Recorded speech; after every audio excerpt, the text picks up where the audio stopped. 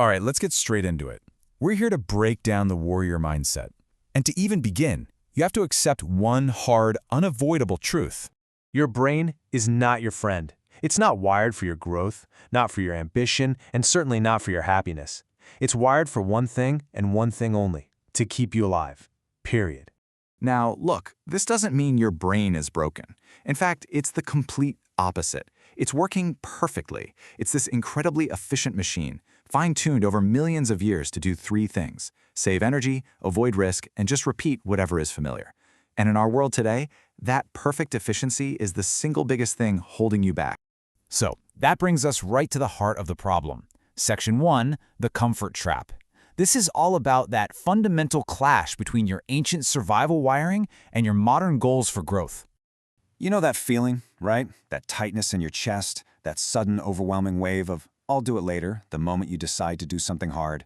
Well, that has a name: limbic friction. And it is not a flaw in your character. It's a biological mechanism.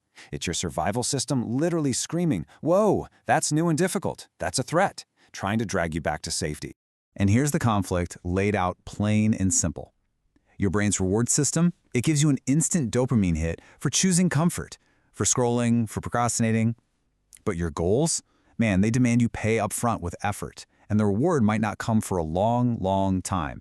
Your brain wants the easy, familiar path, but growth, by definition, requires stepping into the unknown. It's a total mismatch.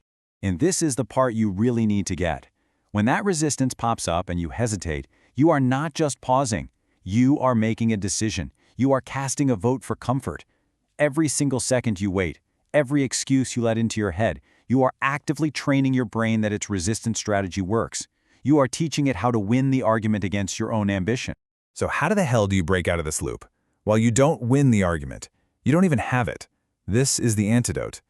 Section 2, the 3-second takedown. This is the whole game, right here. You cannot outthink a survival instinct. You can't find some perfect piece of motivation that's going to overcome limbic friction. The only way to win is to bypass the whole system. And you do that with one thing: speed. Immediate, physical action. The second you have the thought to act on a goal, the clock starts. That window of opportunity is already closing. You've got 3 seconds. Before your brain starts its debate, before the excuses start to line up. 2. Before that resistance builds a wall. What? Move. Just move. Get up. Open the laptop. Put your shoes on. Make the damn call. No debate, no analysis. Why? Because resistance feeds on time. The longer you wait, the louder its voice gets. But immediate action? It starves it of the oxygen it needs to live. Movement comes first. Motivation and clarity, they follow. They never, ever lead. But look, one takedown won't rewire your brain. A single tactic isn't a strategy. This is how you build a real system for long-term change. Section 3, daily discomfort rituals. Yeah, using speed to ambush resistance is powerful. But to win the war for control, you need an actual strategy. You have to provide your brain with consistent, daily, undeniable proof of who is actually in charge here. One-off victories, they get forgotten. You need a track record. So what does that proof look like in the real world? It looks like small, deliberate, non-negotiable acts of discomfort. Finishing your shower with cold water. Pushing out one more rep when every muscle is screaming. Forcing yourself to focus on one single task without escaping to a distraction. Speaking up when it feels so much safer to just stay silent. These aren't punishments. They're training signals. And with every single one of those acts you complete, you are sending an undeniable message to that primitive, survival-obsessed part of your brain. It's a simple, powerful declaration of the new chain of command. I decide, you follow. Which brings us to the final, crucial piece of the puzzle.